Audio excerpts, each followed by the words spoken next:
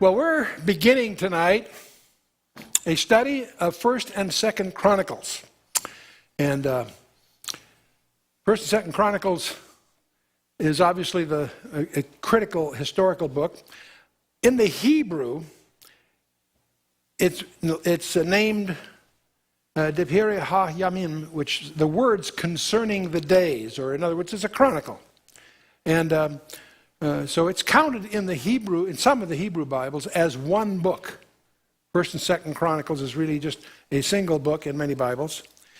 When it was translated into Greek in the Septuagint, a couple of centuries before Christ's ministry, they called it in the Greek supplements because they viewed it as covering materials, the same materials as 1st and 2nd Kings, but from a little different vantage point.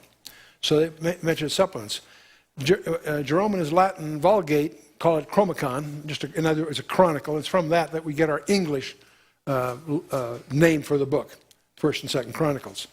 1st and 2nd Kings that we've been through already gives us the political history. 1st and 2nd Chronicles will give us a very similar history, but from a religious or priestly or Levitical point of view. So it will omit things that are not pertinent to that particular focus, but includes other things that the others don't have. So they form a history in a strange kind. It starts with Adam in a genealogical sense, goes through the death of Saul, just with fragmentary segments of a genealogy. And then it ends with the decree of Cyrus, the Persian, who frees them from the exile in 2nd Chronicles, the last verse, last chapter, in 538. So that's the span of time. In a broad sense, it starts with Adam up through Saul, but just in a cursory, just by laying out a genealogy, pretty much.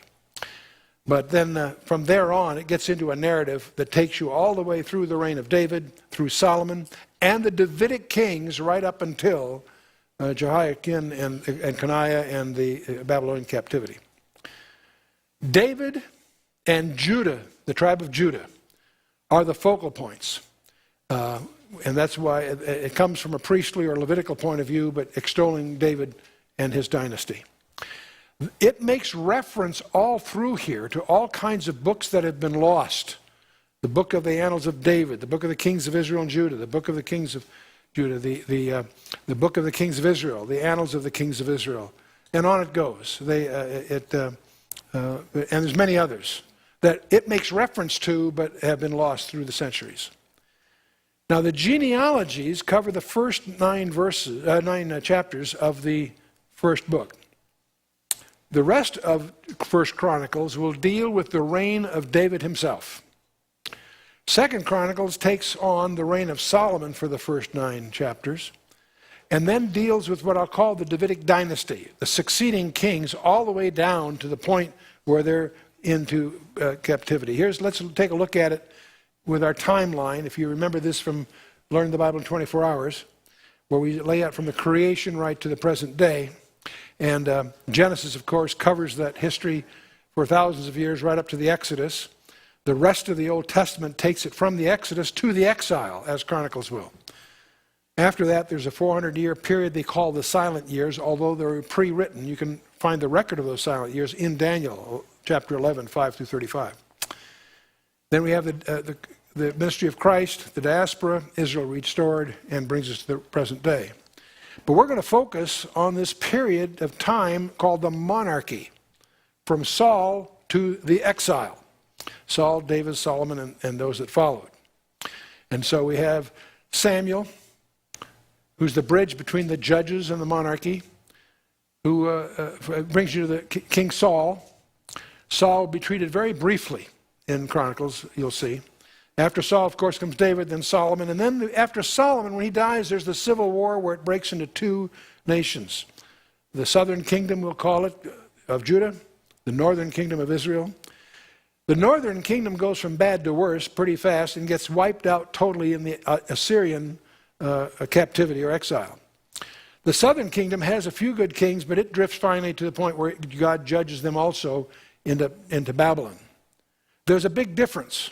The northern kingdom has no respite. It's over as a nation.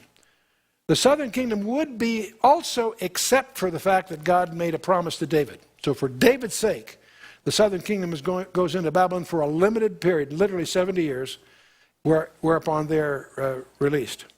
So 1 Samuel, 2 Samuel, 1 Samuel takes you up to David. 2 Samuel gives you the history of David. 1 Kings from Solomon up to a checkpoint where 2 Kings takes over. Elijah and Elisha are the two prophets that bridge that changeover from 1 Kings to 2 Kings. So that's a broad view. Chronicles is going to take, 1 Chronicles take the same period that 2 Samuel does, except very superficially. And then 2 Chronicles will take you from Solomon right up until the Babylonian exile. And again, you can almost look at it as a religious perspective rather than a political perspective. So we have 1 and 2 Samuel, then we have 1 and 2 Kings, and in some Bibles, of course, they're called 1 and 2nd, 3rd and 4th Kings, but that's just a label after all. And Chronicles will be a recap, if you will, of the southern kingdom from the point of view of Judah. It says very little about the northern kingdom, its rival kingdom in a sense. So we have Samuel, Saul, and David in the first book of Samuel, and we have David's triumphs, David's troubles in 2 Samuel. His triumphs at Hebron and at Jerusalem, but then all his troubles in this family and in the nation following. This is just by way of a survey review of books that you've already gone through. First book of Kings, we have King Solomon in his ascension, temple built. It takes it to the peak of the monarchy for 40 years. From chapters 12 on in 1 Kings, you have the divided kingdom. And for 80 years, it covers that, the accession of Rehoboam, and then the split, the civil war and the split in the two kingdoms. Second book of Kings is probably the most tragic narrative ever written. As these blessed kingdoms go down, as much as God has blessed them, they both deteriorate. Northern kingdom, we have the ministry of Elisha trying to repair things to the death of Jehu. Then there's some annals of both kingdoms leading up to the Assyrian captivity of the northern kingdom. And Judah, the southern kingdom. That in this period, Jonah, Amos, and Hosea are the prophets to the northern kingdom. And the southern kingdom, you have a whole fist of Obadiah, Joel, Isaiah, Micah, Nahum, Habakkuk, Zephaniah, and Jeremiah, all prophesied of the southern kingdom right up till the time that God brings them into captivity. Ends with, of course, the Babylonian captivity in Judah. But, of course, Chronicles is going to repeat that in a sense. I wanted just to give you that perspective from your previous studies. The first 9 chapters, we have basically a genealogy from Adam to Jacob, Jacob to David, David to Zedekiah, and then the tribal allotments. Starting at chapter 10 through the rest of 1 Chronicles, we'll talk about David, anointment, the ark of the Lord, his moving the ark to Jerusalem, and the covenant and the temple. When we get to 2 Chronicles, of course, it'll deal with Solomon and the building of the temple, and then Judah's history, right up to the exile, the deterioration of the kingdom there. Understand the difference between the northern and southern kingdom. The northern kingdom, which called itself the house of Israel, there were 19 kings that reigned for 250 years, 7 different dynasties. Everybody murdering each other and what have you, going from bad to worse, leading finally to where God used the Assyrians to wipe them out. As a nation, obviously. They're taken into captivity, but they no longer exist as a nation. The southern kingdom is a little different. They had 20 kings that reigned for 370 years, so they lasted longer. The important thing to realize, it was one dynasty of David. And that's going to be one of the preoccupations, if you will, of the chronicler, is to give us the background and the ups and downs of the Davidic, of the house of David. And even there, it's going to go into captivity as a judgment, not as an obliteration, but with prophets pointing out to them that it's just for 70 years, that they have a promise of return, which, of course, God honored to the very day, by the way. And we'll be dealing with all of that as we get it. This will be our focus, will be the southern kingdom in this study. I'd like to talk, before we go any further, about a Dr. Robert Dick Wilson. In 1955, he was the head of Semitic languages in Princeton. He was able to read and write 45 ancient Semitic languages. That was his thing. When he was only 25 years old, he was fluent in 9 of those languages. He memorized the entire New Testament in Hebrew, every syllable, and many books of the Old Testament also. Over a period of 45 years, he was devoted to the Old Testament, accumulating, studying in all languages, tracking down all the archaeology that was in existence, all translations. He investigated every single consonant, in other words, every letter in the Old Testament. That's over 1.25 million letters that he analyzed thoroughly. Over many years, 45 years, every version, every emendations of critics, all the notes of the Masoretes, every variation, manuscripts, version, and so forth. There are 29 kings listed in the Bible that are also found on ancient monuments. 195 consonants are involved, and these are located in 10 different countries. From the Old Testament, only 2 out of the 190 consonants ever were called into question. In the Old Testament, they are exactly as they are inscribed on the monuments, some of which are dated over 4,000 years old. The names are exactly the same, every letter clear and correct. In contrast to this record of the Bible, the greatest librarian at the major intellectual center of the old world, in Alexandria, in 200 BC, in 38 catalogs, only 2 or 3 names are recognizable. In Assyria, only 1 recognizable and not spelled correctly. Ptolemy, 18 kings, none of them intelligible. His conclusion, recently published in what is an expert by the Bible League Quarterly, is, I defy any man on the ground of evidence. There is not a page in the Old Testament about which you need have any doubt. Joe Fost, pastor at Calvary Chapel, Philadelphia, just chaired a 800-pastor conference, which included a review of the purity of the Bible. And he went at some length. I had to include some of the highlights of that thing, because the key point is, think about what that means, that we have in our lab something that's proven vastly more reliable than any of the secular records, even of the period back then. Well, let's get into it. 1 Chronicles chapter 1, the Patriarchal Genealogies. And this is the way it starts. Adam, Seth, Enosh, Kenan. Now bear in mind, these are transliterations. So you'll, from Bible to Bible, even within the Bible, you'll find them sometimes transliterated slightly differently. But that's the transliteration issue that's going on here, dealing with here. Adam, Seth, Enosh, Kenan, Mahalalel, Yared, Enoch, Methuselah, Lamech, Noah, Shem, Ham, and Japheth. Sons of Japheth, on he goes. You know, it's interesting. I can't resist. This is one of the most frustrating books to teach, because we have to find a path between 2 extremes. Going through this verse by verse, just reading the genealogies, is going to get pretty tedious on the one hand. On the other hand, behind most of these names are fabulous stories. So if we try to pick up the stories of even just the highlights, we'll never get through it. There's that much here. So the trick we're going to have to do is steer a path between the tedium of just reading these unpronounceable names in many cases, and on the other hand, going down all these rabbit trails it can lead to. So I picked a few things to touch on. Bear with me. But I can never miss the first 10 genealogies in the Bible, because many people always ask me, are there hidden messages in the Bible? And I always point out to them Proverbs 25:2. It is the glory of God to conceal a thing, but it's the honor of kings, or duty of kings, to search out a matter. And here's a riddle. Who's the oldest man in the Bible?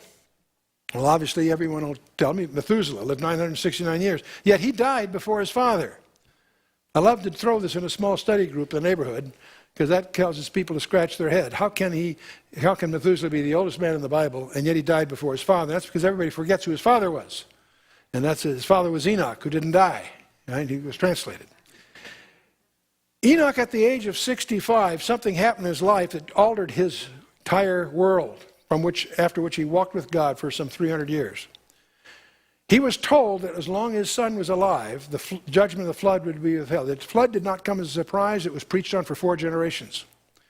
But Enoch was told that as long as his newly born son is alive, the judgment of the flood would be withheld. So he named him Methuselah from 2 words, a Hebrew word, muth, which means death, and shalach, which is a verb meaning to bring or send forth.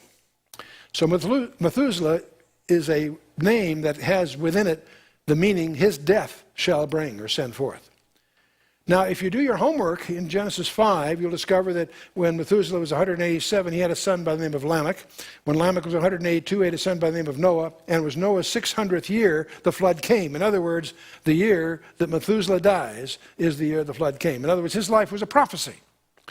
And whenever I talk about this, I'm always intrigued because I try to imagine what it would be like raising that kid as a child. Because every time he caught a cold, the entire neighborhood, of course, would take an interest and be panicked. So we have a genealogy in Genesis 5 that is paralleled here in 1 Chronicles. I'm using this as an excuse just to get warmed up here. We have these 10 names: Adam, Seth, Enosh, Kenan, Mahalalel, Yared, Enoch, Methuselah, Lamech, and Noah. If there's all this hidden meaning in the name of Methuselah, what about these other 9 guys? Well, let's take a quick look at them. Adam comes from Adamah, which means man. Seth which is a Hebrew root meaning appointed.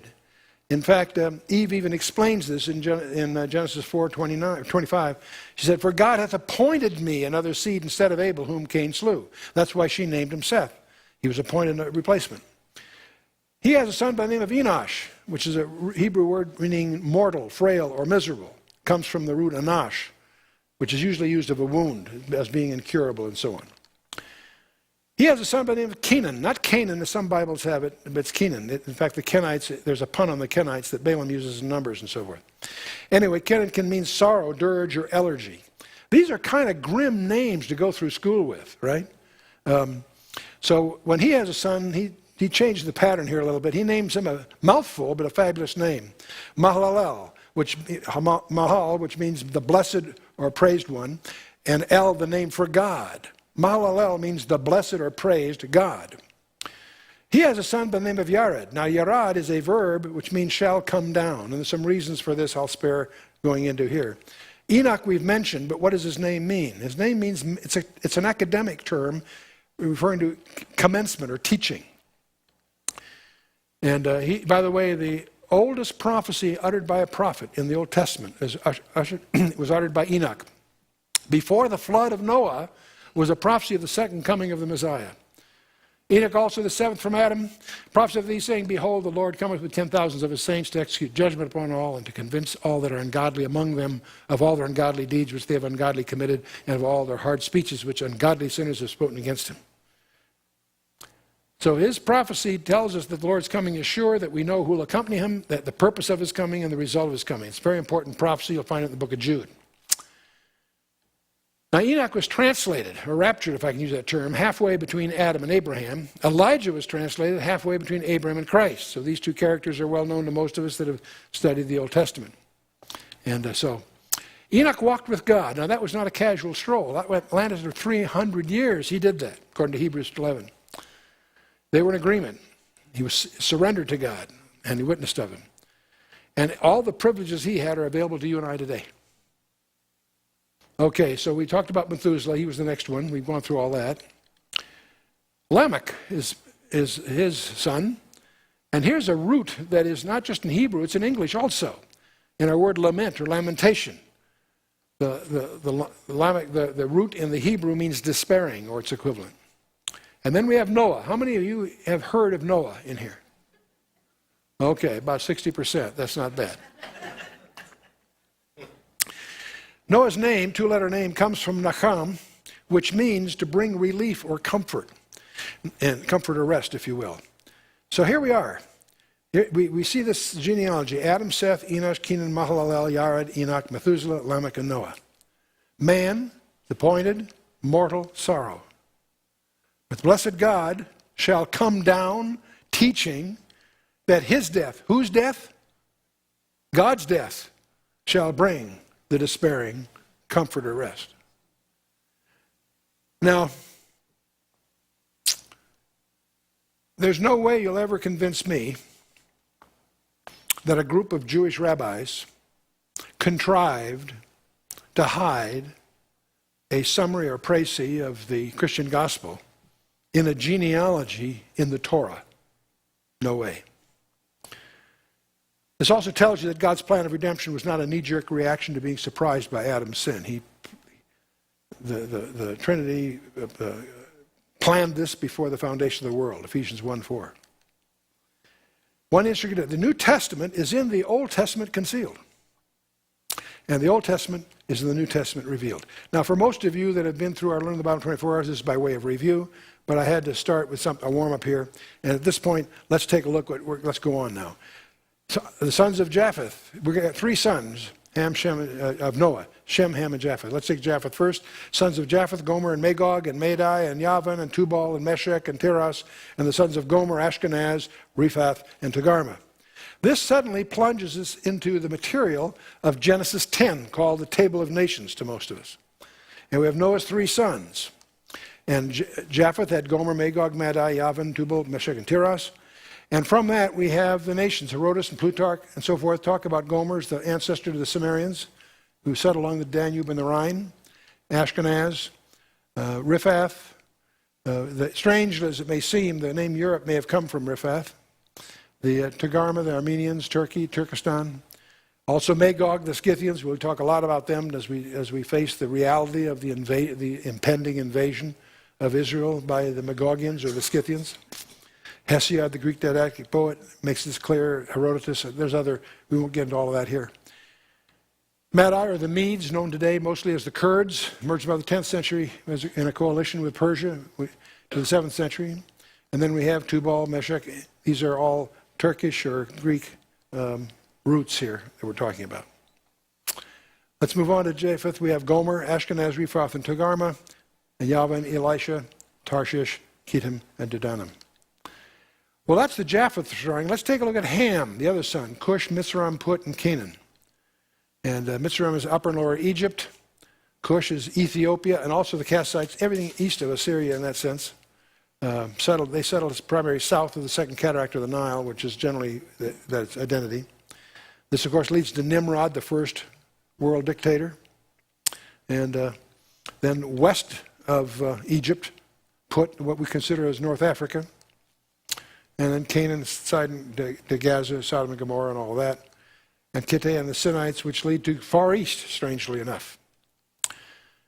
And then we have Shem. Now you'll discover the Chronicle is most concerned, these other incidental to its purpose, is Shem, because from Shem will come Abraham, and from that will come David. So we have Shem, who gives rise to Elam, Asher, Aphaxad, Lud, and Aram. And so, as we go through all of these, in the days of Peleg's, when the earth divided, some people think that may be a reference to continental drift. Others think it has to do with the division of the languages, whichever.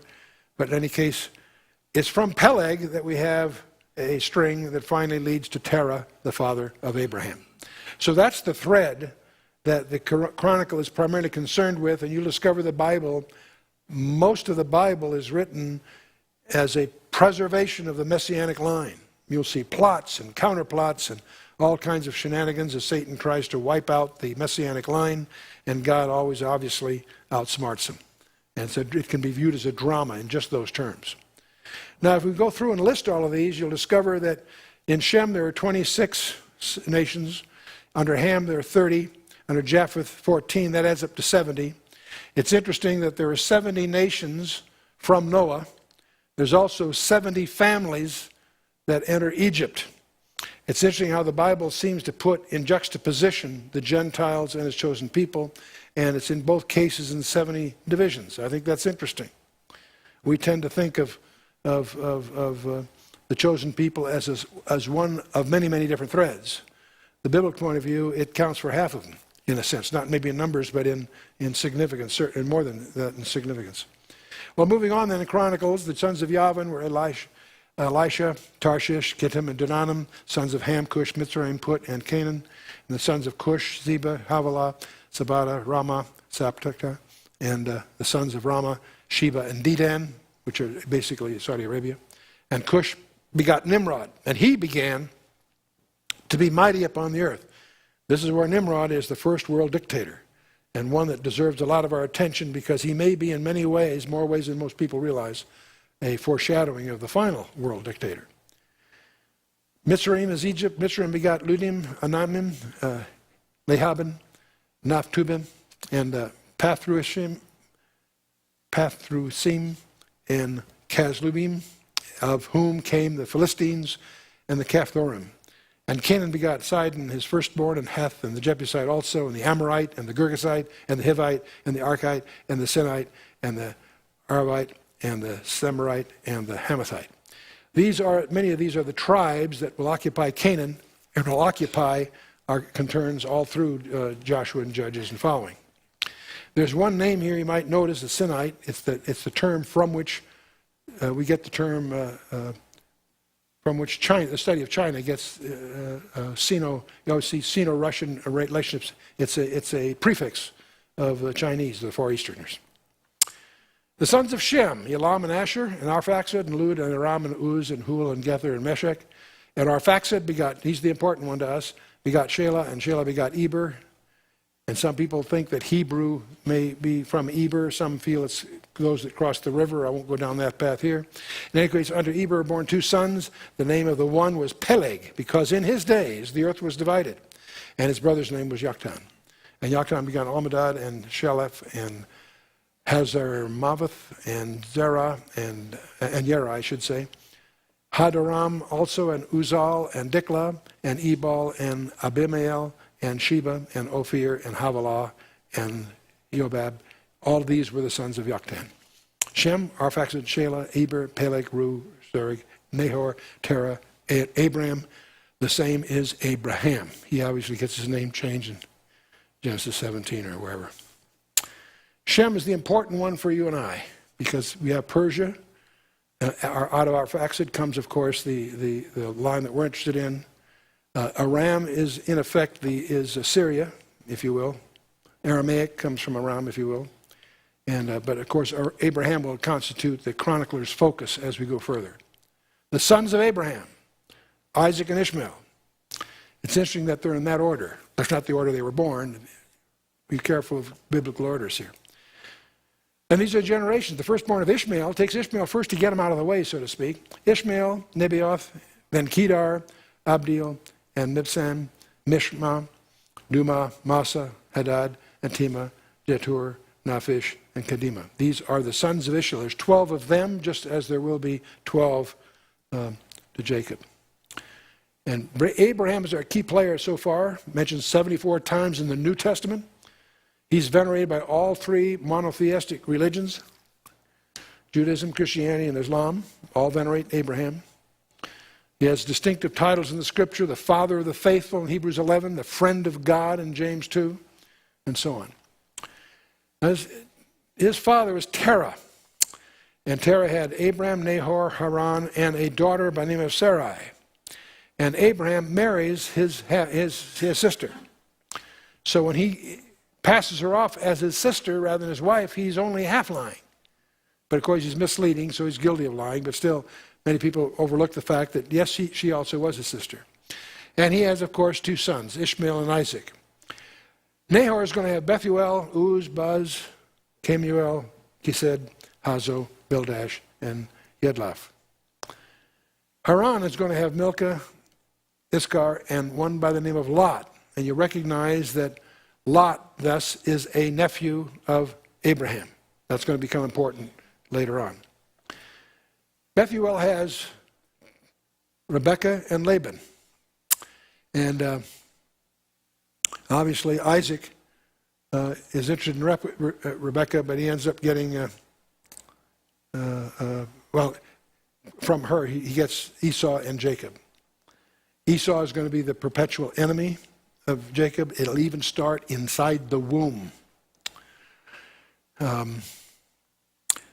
Bethuel has a son by the name of Laban who has two daughters, Leah and Rachel, and those are the two that Jacob, of course, will have his eye on and ultimately marry both of them. And Lot has two sons by incest, Moab and Ammon. So that's the picture of Terah's family. And so we have, let's take another look at the descendants of Abraham. He has Isaac by Sarah. He has Ishmael by Hagar. Under Keturah, he has a whole string of them: Zimran, Jokshan, Midian, Ishbak, and Shua. From Jokshan, we have Sheba and Dedan, commonly associated with Saudi Arabia, the Saudi Arabian Peninsula. And under Midian, there's a whole other list of them. The point is, the Sheba and Dedan of Saudi Arabia, these others under Midian are the Bedouins. Now, what's interesting about these is that all of these trace themselves back to Abraham, but through Keturah, not through Sarah, and or even Hagar, for that matter. Now, it's going to get a little more complicated, because under Ishmael, he has his 12 sons. Esau strikes out pretty early to abandon he not only sells his birthright, but he deliberately, to offend his parents, takes wives of the Ishmaelites. And so the Edomites, or the Esau descendants, and the Ishmaelites commingle. So strangely enough, no one with any real certainty can truly trace his lineage back to Ishmael. They like to make those claims, but it turns out it ain't that easy. They're commonly called in the press Arabs, but that's again a misnomer. They may or may not have anything to do with the Arabic ethnic background or the geography of the Arabian Peninsula. But let me just put a caution flag there. When you use that term, realize that most people are probably misusing it. Let's talk about the wives. Let's take these by wives. Now the sons of Keturah, Abraham's concubine, she bears Zimran, Yoksam, Midian, Ishbak, Shua, and these are the sons of Yoksam, Sheba, and Dedan, and the sons of Midian, Ephah, Epher, and Enoch, and Abida, and Eldah, and all these are the sons of Keturah. I thought the charts are easier to follow than the text, but let's go on. And Abraham begot Isaac. The sons of Isaac were Esau and Israel, using the preferred name here. The sons of Esau were Eliphaz, Reuel, Jeush, Yalam, and Korah. Sons of Eliphaz, Teman, Omar, Zephi, Gatam, Kenaz, and Timnah, and Amalek. The Amalekites are going to be very important downstream, but in any case, when you're talking about the sons of Esau, you're talking about generally are the virulent adversaries of Israel. The sons of Reuel were Nahath, Zerah, Shammah, and Missa. The sons of Seir, Lotan, Shobal, and Zibeon, and Anna, and Dishbon, and Ezer, and Dishan. The sons of Lotan, Hore, and Homan, and Timnah was Lotan's sister. The sons of Shobal were Elian, Manahath, and Ebal, Shephi, and Onan. And the sons of Zibeon, Aya, and Anna. The sons of Anna, Dishon. The sons of Dishon, Amram, Ishban, Ithran, and Haran. The sons of Ezer are Bilhan, Zavan, and Yoktan. The sons of Dishon, Uz, and Aran. All these are the kings that reigned in the land of Edom before any king reigned over the children of Israel. Bela the son of Beor, and the name of his city was Dinhabah. And when Bela was dead, Jobab the son of Zerah of Basra reigned in his stead. And when Jobab was dead, Husham, the land of the Temanites, reigned in his stead. And when Husham was dead, Hadad the son of Bedad, which smote Midian in the field of Moab, reigned in his stead. And the name of his city was Avith. And when Hadad was dead, Samlah of Masrekah reigned in his stead. And when Samlah was dead, Shaul of Rehoboth by the river reigned in his stead. And when Shaul was dead, Baal-Hanan, the son of Achbor, reigned in his stead. And when Baal-Hanan was dead, Hadad reigned in his stead. The name of his city was Pai, and his wife's name was Mehetabel, and the daughter of Matred, the daughter of Mesahab.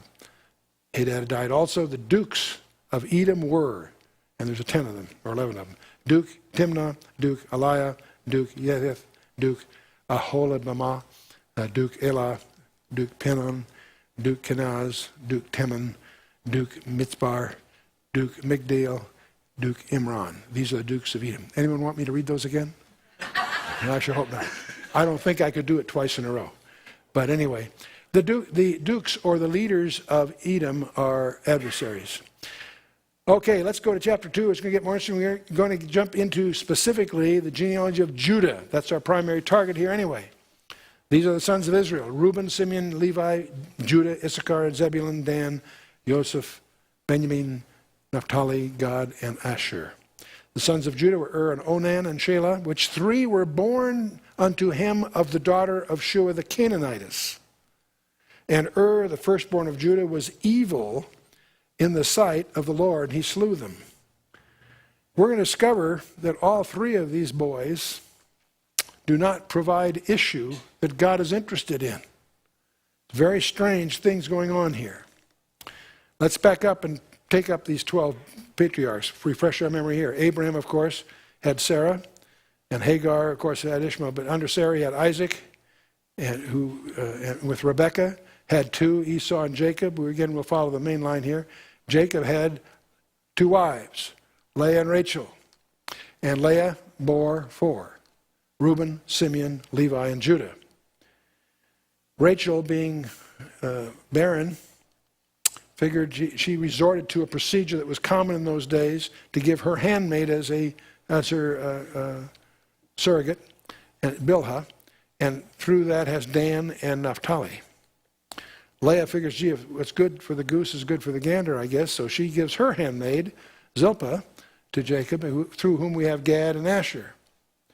By this time, Rachel bears. She has Joseph. And so here's Jacob's with the son that of the one he loved Rachel more than life itself. So you can tell right away Joseph, not only because he's the youngest, but he's also from Leah, gets very favored treatment. You know the story of Joseph. Meanwhile, Leah bears a couple more, Issachar and Zebulun. And Rachel, although she dies in childbirth, provides Benjamin. So there you have the 12.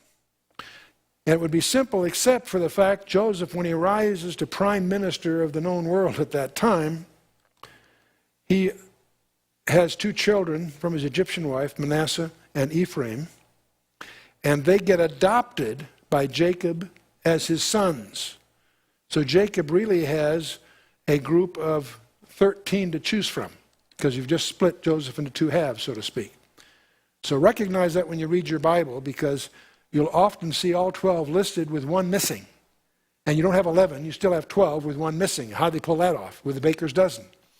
There's 13 to choose from. So there's times that Levi is not mentioned because they don't go to war, but you still have 12 tribes going to war. Follow me? I'll show you some surprising ways before this thing is over. Anyway, they're the famous 12 tribes. Leah had her four. Each one's name has a meaning. Reuben, behold a son. Simeon means heard. Each one of these are results of prayer in their birth. And you want to learn those names. They're in the margin of most of your study Bibles because these tribes are listed.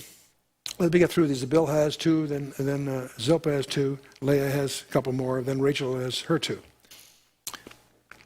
The story of Tamar is a strange, sordid little story tucked in Genesis 38. Genesis 37 introduces Joseph, and the rest of the book of Genesis from 37 to 50 is this incredible drama of Joseph as he gets sold into Egypt, rises to become prime minister of the world and all that. Right in the middle of all this, or not middle of the second chapter of this, there's a strange episode where Tamar, because she was denied her husbands from Judah, poses as a prostitute, gets impregnated, unknowingly gets impregnated. He unknowingly impregnates her, thinks she's a prostitute, not knowing, and so she has, she's his daughter-in-law. So through her father-in-law, she has two sons, Pharez and Zerah. And so they're considered sons of Judah, strangely. And what God is doing here is he's preserving the Messianic line, strangely enough. And anyway, so Tamar has these twins, Pharez and Zerah. And Pharez is going to be very important to us as we go. The sons of Pharez were Hezron and Hamul, and the sons of Zerah was Zimri, Ethan, Himal, Calcol, and Dara, 5 of them in all. And the sons of Carmi, Achar, the troubler of Israel, who transgressed in the thing accursed. There's Midrashic legends that from Zerah, not Pharez, the other guy, will ultimately come Rachel. So she may have a linkage in here too, at least in legend. Moving on, and the sons of Ethan were Azariah, the sons of Hezron were born unto him, Jerahmeel, and Ram, and Chelubai. And Ram begot Amminadab, and Amminadab begot Nahshon, and the prince of the children of Judah, and Nahshon begot Salma, and Salma begot Boaz. Salma begot Boaz by marrying Rachel, incidentally. Now, it's incidental to the chronicler's purpose, but it's an interesting thing to understand that Boaz's mother was a Moabite. Anyway, and Boaz begot Obed, and Obed begot Jesse. And this little string is going to be very important to us in a minute. When you get to Genesis 38, that's the strange chapter we find inserted in the story of Joseph. And if you look at it in the Hebrew, remember Hebrew goes from right to left. At 49 letter intervals, we find the name of Boaz. Well, that might be just a statistical accident, except we continue at 49 letter intervals, we get the name of Ruth.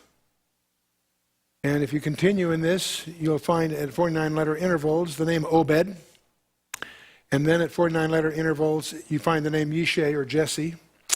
And then you find at 49 letter intervals the name of David. Now let's add this up. You have encrypted in the text itself the name of Boaz, Ruth, Obed, Jesse, and David. All in 49 letter intervals and all in chronological order. The chances of this just occurring as an accident of language is 1 chance in 70 million. It's been estimated. I think that's kind of interesting to discover that David's genealogy is encrypted in the books of Moses long before Joshua, Judges, Samuel, and the time of David. Centuries before, they're embodied here. That also implies that God gave the Torah letter by letter. There's a strange prophecy when Ruth and Boaz get married. At their wedding, someone says, "Let your house be like the house of Pharez, who Tamar bare unto Judah of the seed which the Lord shall give of this young woman." Well, if you know the story of Pharez and Tamar, and someone said that at your wedding, you'd say, "Same to you, fella." You know. But you see, it's not a toast, it's a prophecy. You have to know that in the Torah, a bastard cannot enter into the congregation until the 10th generation. In other words, for 10 generations, he cannot inherit. When you take a look at Pharez's genealogy, the 10th generation from Pharez is, guess who? David. So there again, in the last few verses of chapter 4 of Ruth, which is in the time of the Judges, we have David prophesied again in the text. In the text. Boaz, Obed, Jesse, David. It's interesting to notice how it's always the 10th man that seems to be so important. Noah was the 10th man, Abraham's the 10th from Noah, and Boaz is the 10th from Abraham. Now, I don't know what you do with that piece of information. But I get fascinated when I see fingerprints of the Holy Spirit on the text. These are clearly objects of deliberate design, not accidents. That's the main point I want to leave you with. Okay, let's continue. Boaz begot Obed, Obed begot Jesse, Jesse begot his firstborn Eliab, and Abinadab the second, Shema the third, Nethaneel the fourth, Radai the fifth, Ozem the sixth, David the seventh. David the seventh. Okay, that's the 7 sons, and he's the youngest, obviously. Whose sisters were Zeruiah and Abigail, and the sons Zeruiah and Abishai and Joab and Asahel. 3. Boaz and David. That's the linkage. Abigail bare Amasa, and the father of Amasa was Jether the Ishmaelite. And Caleb, the son of Hezron, begot children of Azubah, his wife, and of Yarioth, and her sons were these, Yeser, Shobab, and Arden. And when Azubah was dead, Caleb took unto him Ephrath, and bare him Hur, and Hur begot Uri, and Uri begot Bezaleel. Now you'll notice some of these names are the same as geographical names. Bethlehem Ephrathah is a name that rings in our ears because of the Christmas cards. But there was a person by the name of Ephrathah. And often these names in geography will get confused. So do the tribal names. When you speak of me as, say, for example, I'm in Idaho now, but I came from California, he was a Californian. Does that mean I have an ethnic link to California? Not necessarily. It just means I came from there geographically. The tribes themselves will give their names to the places where they're allotted, but as time goes on, that region carries the tribal name independent of who happens to be living there. Because as time's going on, they're no longer confined. If you're from Ephraim, you may or may not be of the tribe of Ephraim in later years. And many people get confused. They assume that when these territories are conquered, that everybody that is conquered is from that tribe, not necessarily. We're going to get into that very much in Chronicles later, because there's a lot of strange myths that arise from these misunderstandings. Moving on, verse 21. And afterward Hezron went into the daughter of Machir, the father of Gilead, whom he married when he was 80 years old, and she bare him Segub. 80, that's getting on, 60 years? And Segub begot Jair, who had 23 cities in the land of Gilead. And took Geshur and Aram and the towns of Jair from them, and Kenath and the towns thereof, even the 80 cities. All these belonged to the sons of Machir, the father of Gilead. And after the Hezron was dead in Caleb-Brephrathah, then Abiah, Hezron's wife, bare him Asher, the father of Tekoa, and the sons, that's where, remember, Amos came from, that area. The sons of Yerahmeel, the firstborn of Hezron, were Ram, the firstborn, Bunah, and Oren, and Ozem, and Ahijah. And Yerahmeel also had another wife whose name was Atara, and she was the mother of Onam. And the sons of Ram, the firstborn of Yerahmeel, were Maz, Yamin, and Eker. And the sons of Onam were Shemai and Yada, and the sons of Shemai, Nadab, and Abashur. The name of the wife of Abashur was Abihail, and she bare him Aben and Molid. The sons of Nadab, Seled, Apim. But Seled died without children. The sons of Apim, Ishi. The sons of Ishi, Sheshan. And the children of Sheshan, Ahlai. The sons of Yada, the brother of Shammai, Jether, Jonathan. And Jether died without children. Sons of Jonathan, Beleth, and Yaza. And these were the sons of Yerahmeel. Now, Sheshan had no sons but daughters. And Sheshan had a servant, an Egyptian, whose name was Yarha. And Sheshan gave his daughter to Yarha, his servant, to wife, and she bare him Attai. And Attai began Nathan, and Nathan begot Zebad. But be on your guard, there are a lot of Nathans in the stories. There's prophets Nathans, there's sons of David named Nathan. Realize that some of these names are not very distinctive in that sense. And Zabad begot Ephalal, and Ephalal begot Obed, and Obed begot Jehu, and Jehu begot Azariah, and Azariah begot Helez, and Helez begot Eliashah. And Eliashah begot Sisamai, and Sisamai begot Shalom, and Shalom begot Yechemiah, and Yechemiah begot Elishama. And the sons of Caleb, the brother of Jerahmeel, were Mesha, his firstborn, which was the father of Ziph, and the sons of Marishah, the father of Hebron, and the sons of Hebron, Korah, Tapua, Rechem, and Shema. And Shema begot Raham, the father of Yorkharam, and Rechem begot Shemai.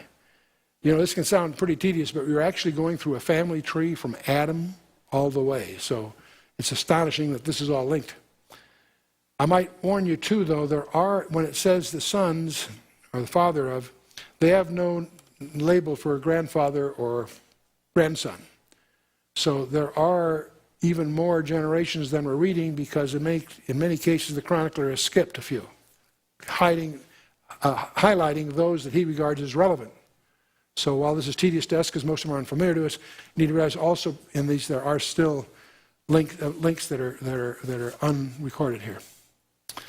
Anyway, Ephah, Caleb's concubine, bare Haran, Moza, and Gazez, and Haran begot Gazez, and the sons of Yadai, Regem, and Yothan, and Geshon, and Pelet, and Ephah, and Shaph, and Machah, Caleb's concubine, bare Sheba, and on it goes. She bare also Sha'af, the father of Madmanah, and Sheba, the father of Machbenah, and father of Gibeah, and the daughter of Caleb was Aksah. These were the sons of Caleb, the son of Hur, the firstborn of Ephratah, Shobal, the father of Kiriath Jearim, and Salma, the father of Bethlehem. See, Bethlehem was a person's name. Hereph, the father of Beth-Gaber. And of course, that gives that name to a town. And Shobal, the father of Kiriath Jearim, and the sons, and Hereth, and half of the Manathites.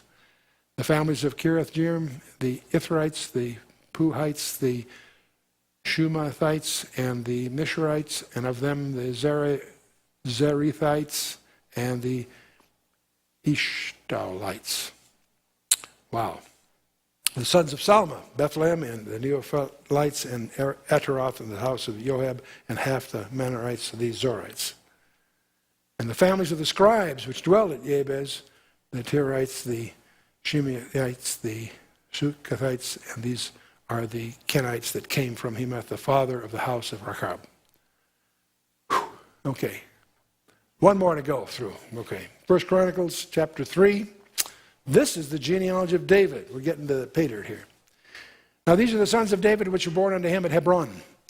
The firstborn Anan of Ahinoam the Jezreelitess. The second Daniel of Abigail the Carmelitess. The third Absalom, the son of Maachah, the daughter of Talmai, king of Geshur. And fourth Adonijah, the son of Haggith. And the fifth Shephatiah of Abital. And the sixth Ithream by Eglah his wife. These six were born unto him in Hebron, and there he reigned 7 years and 6 months, and in Jerusalem he reigned 30 and 3 years. These were born to him in Jerusalem: Shimei, Shobab, and Nathan, and Solomon, 4 of Bathshua, the daughter of Amiel. Bathsheba, that's another treatment of Bathsheba, obviously.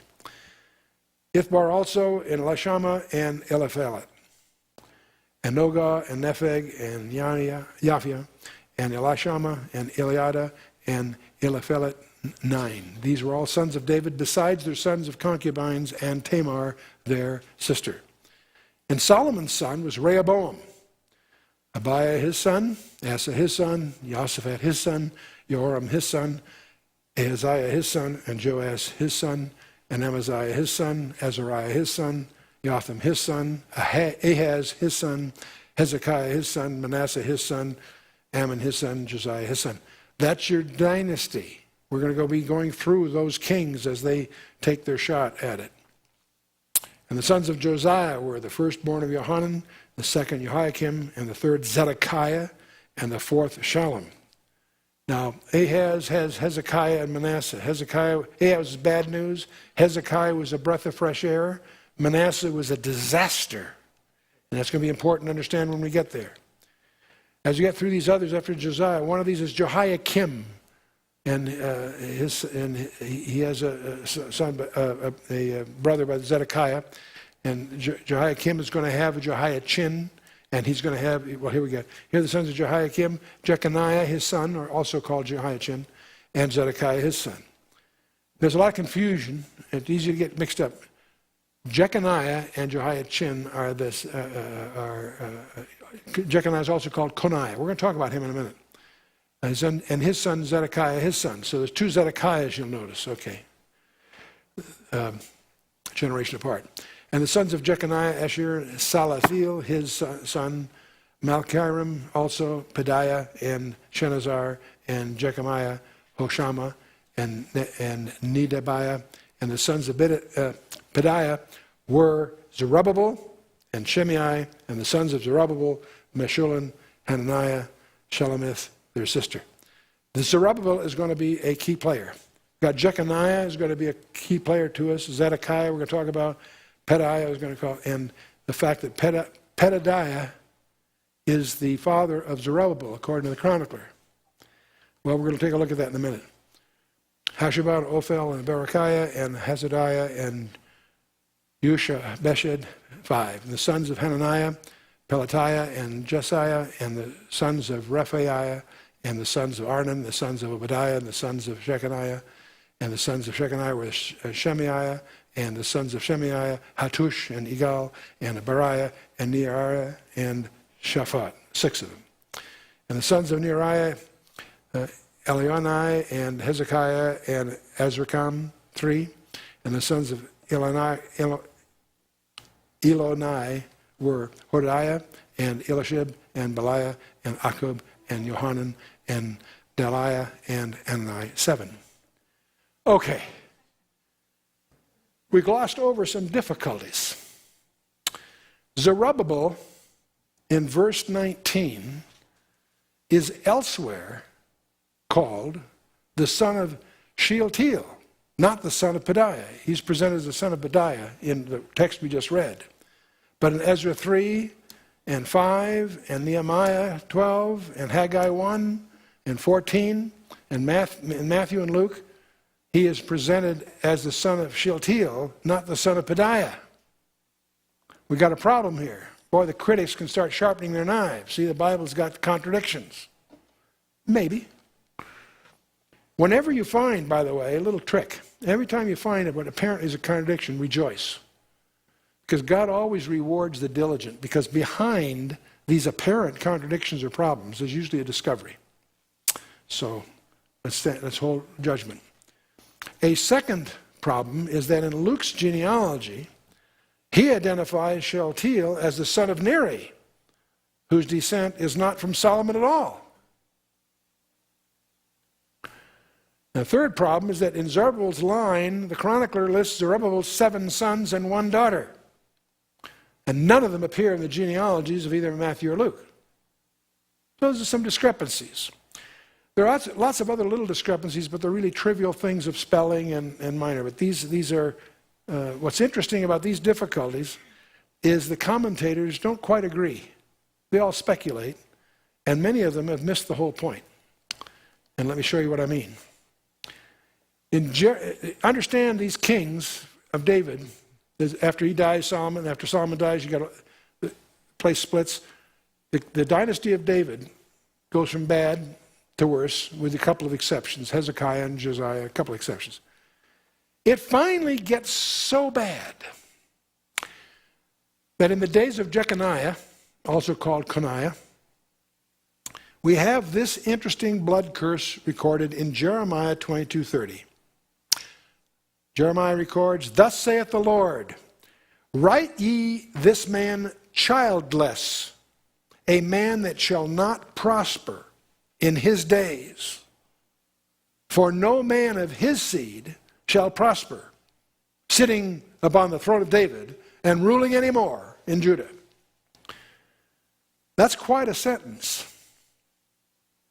And that creates a fascinating problem. If you look at it spiritually, you can visualize Satan and his gang throwing a party. Because they must read this and figure God has shot himself in the foot, as we might say. Because God is committed to bringing the Messiah from the royal line of David. The next one on the royal line of David is Jeconiah. And on Jeconiah, God pronounces a blood curse. Write this man childless, a man that shall not prosper in his days, for no man of his seed shall prosper sitting upon the throne of David and ruling any more in Judah. So how do you get out from under this one? What you might want to do sometime is take this verse to a serious rabbinical scholar.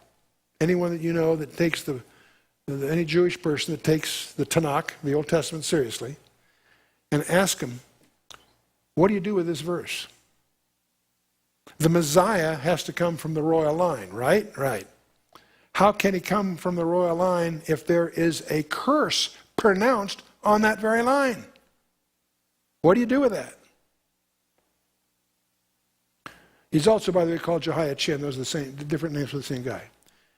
But we'll take that up in the next session. We'll give you a week to think about it. So during this week, resolve the difficulties that we've just listed for chapter 3, and then go ahead and read the remainder of the genealogical section of the book, chapters 4 through 9.